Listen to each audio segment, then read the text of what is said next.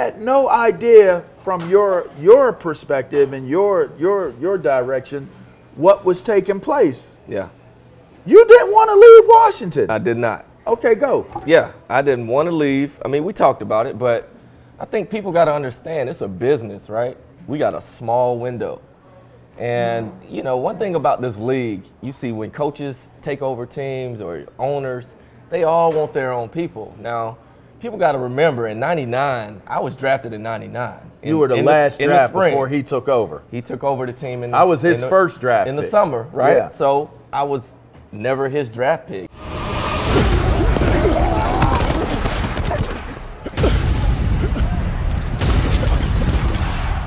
It is indeed go time. It's LaVar Arrington here.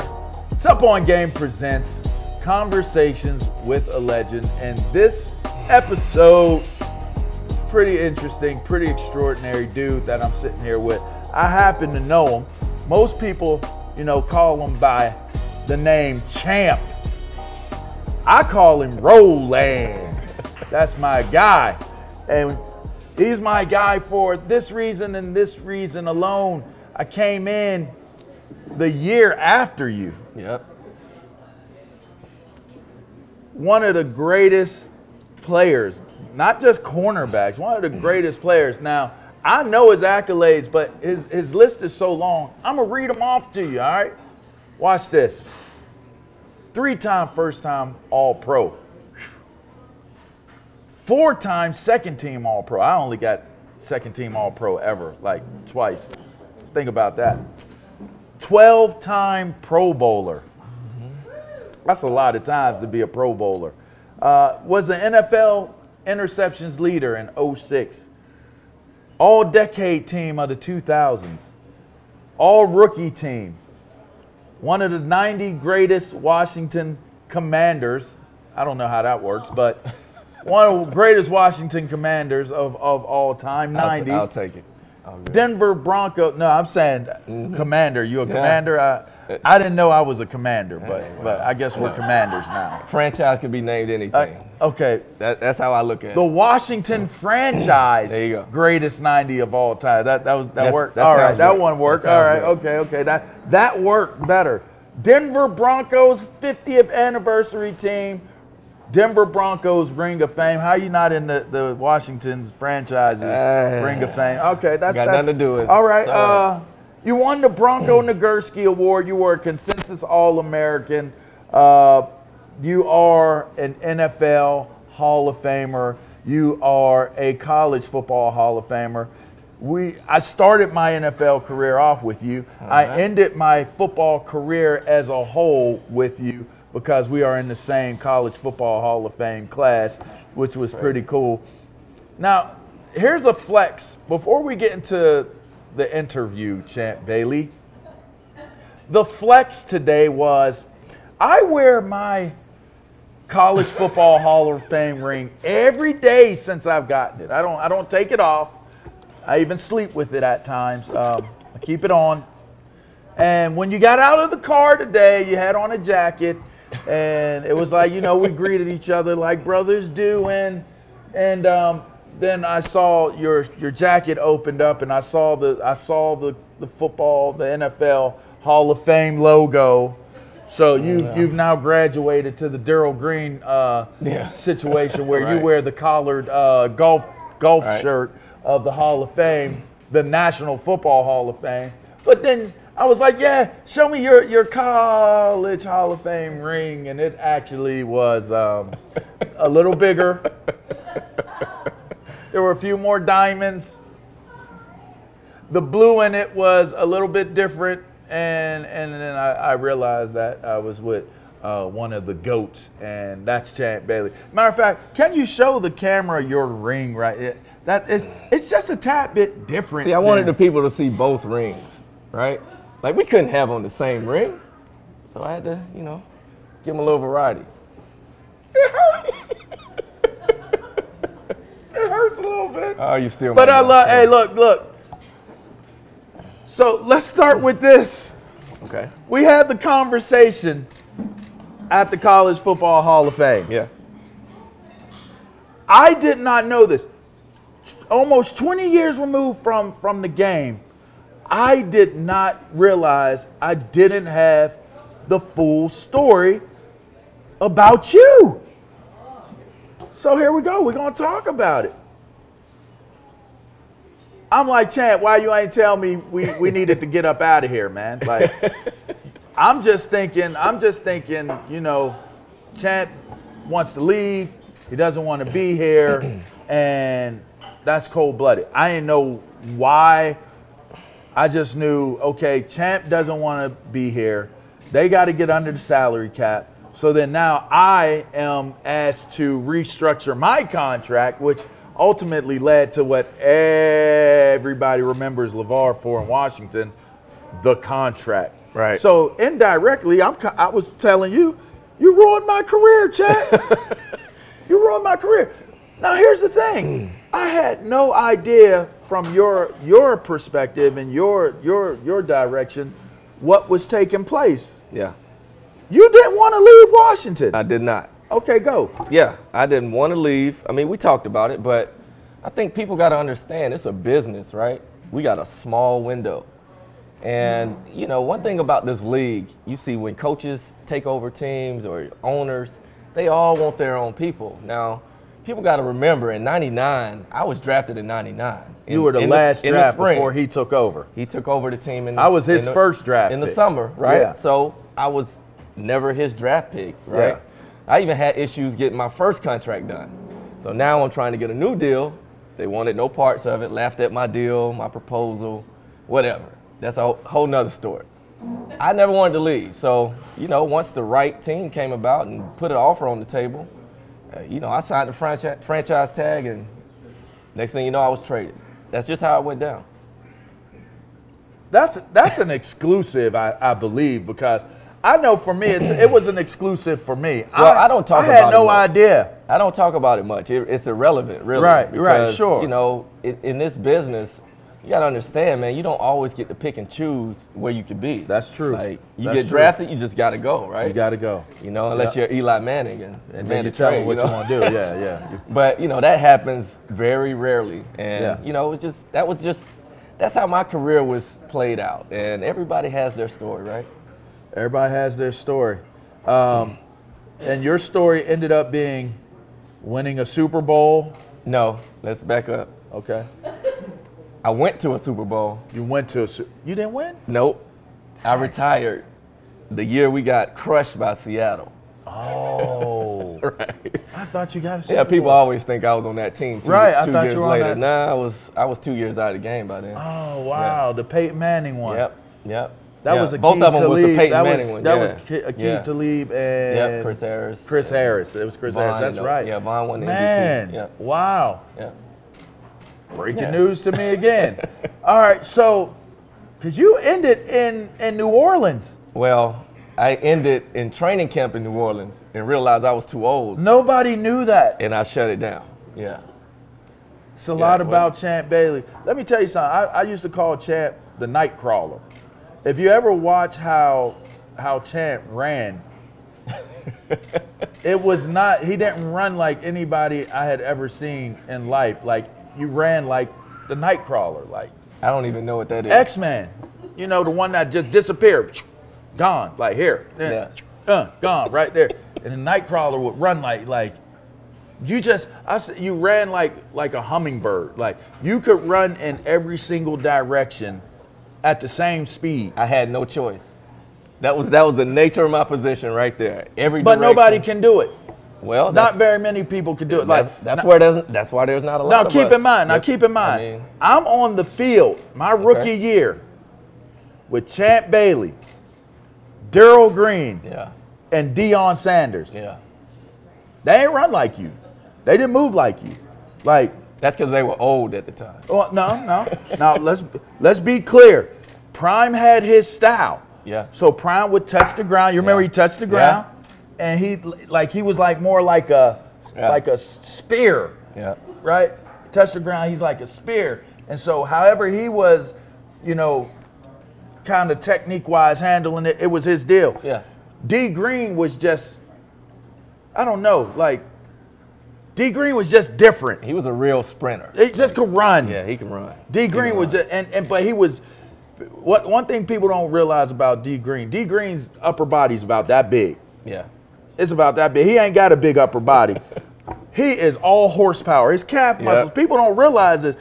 D Green's legs was diesel, like strong runner. Strong runner. Man, he just and small but strong. But strong, right? Yeah. So he's all over. Like he's gonna run with you. He's gonna run with you. But you're like you were like. It was like they went there, you were there. They went there, they were there. You went there, there. Yeah. Where did that come from? Bro, I don't know. I mean, I honestly I was born that way. Now, don't get me wrong. I had to work on things that made me a good corner. But, dude, I can't explain some of the things I did physically. It was just how I was. But you did it on offense, too. Right. I mean, that's my point. Like, I can't explain it. Here's I'm gonna go back to Nightcrawler one more time because you always was running like you was creeping, like you was creeping. It's running with leverage. There you go. All right. Like you was creeping. And it was like even when you caught the ball, like you catch the ball, it's here. Yeah. But it was fast, out of there. Yeah. I thought it was one of the most unique. I say there's a few dudes that have unique running styles. Yours on defense is one of the most unique running styles. Yeah. Roger Craig, I still ain't seen nobody run like how you guys move or run. All right, let me ask you this. You come from a family of athletes. Right. I remember there was always the discussion that Boss was faster than me and all this other stuff. And Boss was fast. Yes. Boss was very fast. Now, you had an older brother that balled too. Yeah. Was he fast too? He was. He was fast. I think we got faster as we got, he was fast and I was faster and Boss was the fastest. Boss was faster than you? Straight line speed. Now we just talking about straight line. Okay. None of them can stop and go that way like I could. But my older brother played corner. So he was smaller, I was a little bigger, and then Boss was the biggest. Bigger. Yeah. Right. So it was like fast, faster, fast. Wow. It was real dynamics. I mean, Boss was a hurdler too. So he just had the hips. He could run real good. He was flexible. And I don't know, man. I was just a little more explosive for some reason because I had the right body type to play football, play corner. I could play any position as far as skills. So it was, it just all kind of worked out for me. Yeah, it just worked out for me. What's it like when you play in a family where multiples make it to the league? Boss was a draft pick, played linebacker, had a good career. What's that like when you're that?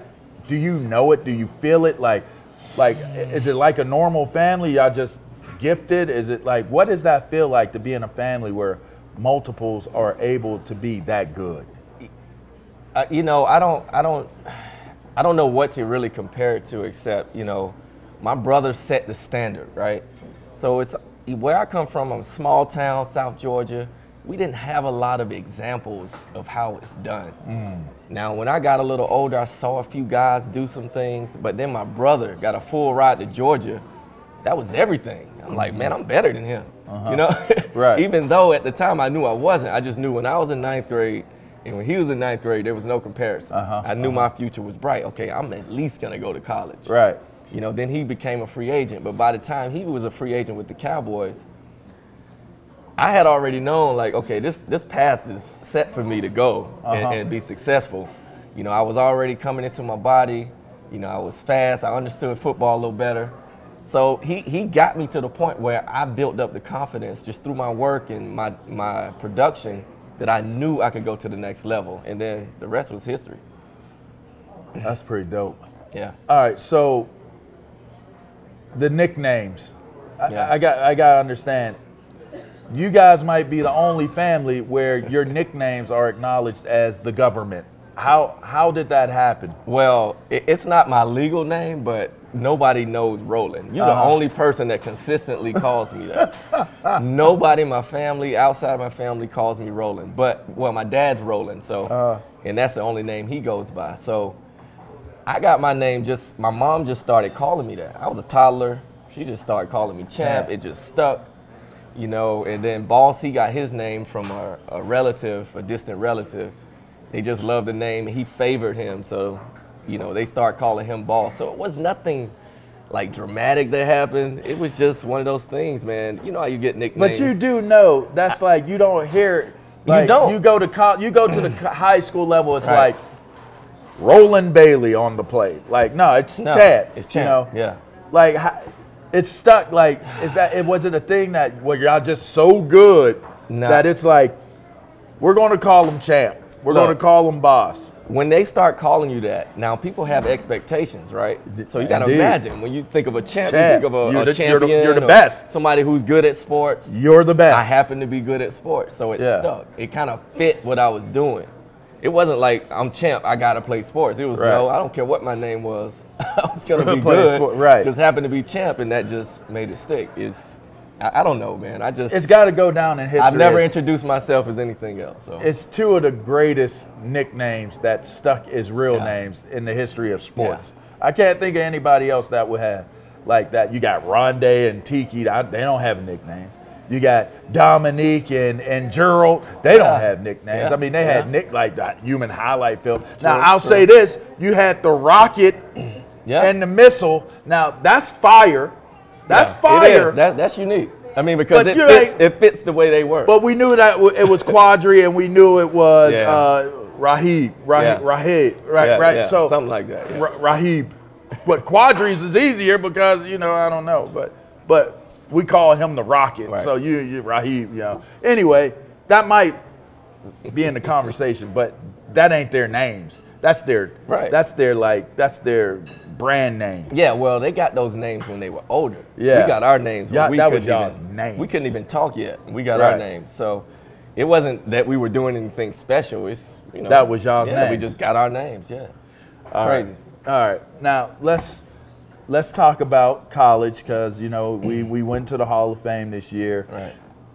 You were at the Peach Bowl, but you were with the Dogs. Yeah. You weren't with the Hall of Famers. You was with the Dogs, and your jacket was a little too big on you. No apologies for that. It was no apologies. You looked like Paddington Bear when you had your Hall of Fame jacket on. That's why they took it back right away. They took it back. Yeah. Another national championship. What does it mean to you to be a part of such a rich tradition of great football and a brand and style of football? And what does it mean to see it back at the top? I mean, I'm still waiting for a moment where Penn State gets to the point where they're playing football at that level. What's that like to be a part of that legacy? And arguably, I mean, some people throw Herschel out there. There's a few other names that they'll throw out there, but you're arguably the greatest player to ever play for Georgia. What does that feel like to be a part of that legacy, knowing that they play at such a high level? It makes me feel like we're doing it right. Mm-hmm. Like you don't get wins when you do it wrong. That's right. You always want your school to do it right. And one thing we've been consistent about is putting our resources where it's going to give us the results we want. We doubled down on recruiting, coaching staff. You look at our staff, we got at least 4 or 5 former head coaches on our staff, future head coaches on our staff. So when you assemble that kind of atmosphere, it builds a different type of culture. Now, don't get me wrong, every facility in Power 5 schools are off the charts. So we do have that, but that's not what's selling the program. I think what sells it is the type of players and the type of leadership that we get in the building, period. Like, we're already set up for success. Just like a Penn State, y'all set up for success. Sure. It's just gonna take some time building that culture and getting back to that winning tradition. And Georgia's always been a winning program, but we haven't been a championship program. Okay. Now we are, all because we got the right pieces in place. Indeed. All right. What's Champ doing these days? Obviously, you're here. We've had conversations. You're joining the team with what we got going on with Skill and Pace-O-Matic and great company, great people. But I know we've come together on a future business endeavor that's taking place. Just talk a little bit about how you've gotten into the business world and how you know, you're leveraging who you are to build what you're building through content. Yeah, so basically what you said a lot right there. Like, I'm leveraging what I've already done. Sure. So how do you do that? And that was the most challenging part, is partnering with the right people outside of the game. The game is so structured for your whole life. People telling you where to be all the time. So now I'm out in the real world. I got to figure out and dictate my own movements. There's not somebody giving me a itinerary every week and telling me where to be. So that was a challenge in itself. But what I always went back to was my relationships. Like, we haven't really had a conversation in years, right? But I always knew who you were. You always knew who I was, the type of person we are. So once we start talking, it's like we never missed a beat. That's right. Because we all know that we have positive ambitions. We all got business. I've seen what you've been doing. So to sit with you and to talk and then, like, damn, we're doing the same things. We better work together. And now here we are, a couple weeks later, right? Right. It's really that simple, but it all goes back to my relationships. Like, how do I take those relationships and turn them into good business ideas or business adventures? And that's really where I'm at. I'm still building. Yeah, I love the content piece, but you're a content guru. So I'm like, okay, well, if I want to go down this road, let me learn from the guys that are already doing it. So, you know, fortunate enough for me, man, I didn't burn a lot of bridges. Sure, yeah. So I'm able to reach back out to a lot of different people. I like that. All right, my last question for you, Roland, is, and I ask this to all the legends that I interview. Please, please. At the end of it all, when they're looking down and they're paying their final respects, what is it that you want them to say? What do you want to hear the people that mattered and you cared about and loved the most? What is it that you would want to hear them say about you? That I was dependable, reliable, you know, man of my word. You know, I think, for example, I think, you know, when I look back at just really my younger brother, you know, just me setting an example for him and creating a path for him to come down. I mean, he obviously had his own career, but I think that never ends, even outside of my family. Like, all these young players coming up, Champ did it the right way, you know. Every time somebody talks to one of my former teammates, they'll say, I went all out. Practice games, it didn't matter. So all those things are reflective of the type of person you are, and that's really what it's about for me. Just being accountable, dependable, and reliable. Love it, man. It's Champ Bailey, man. Champ Bailey, Hall of Famer, NFL and college, and then life. It's a Hall of Famer. Appreciate you coming on the show, man. Anytime, boy. And you know what? This is Up On Game Presents Conversations with a Legend. I'm LaVar Arrington. Make sure you check us out wherever it is that you download your podcast. All right? This will be a great episode. So check it out. Tell a friend. Click subscribe. All that good stuff. Until next time, check you out.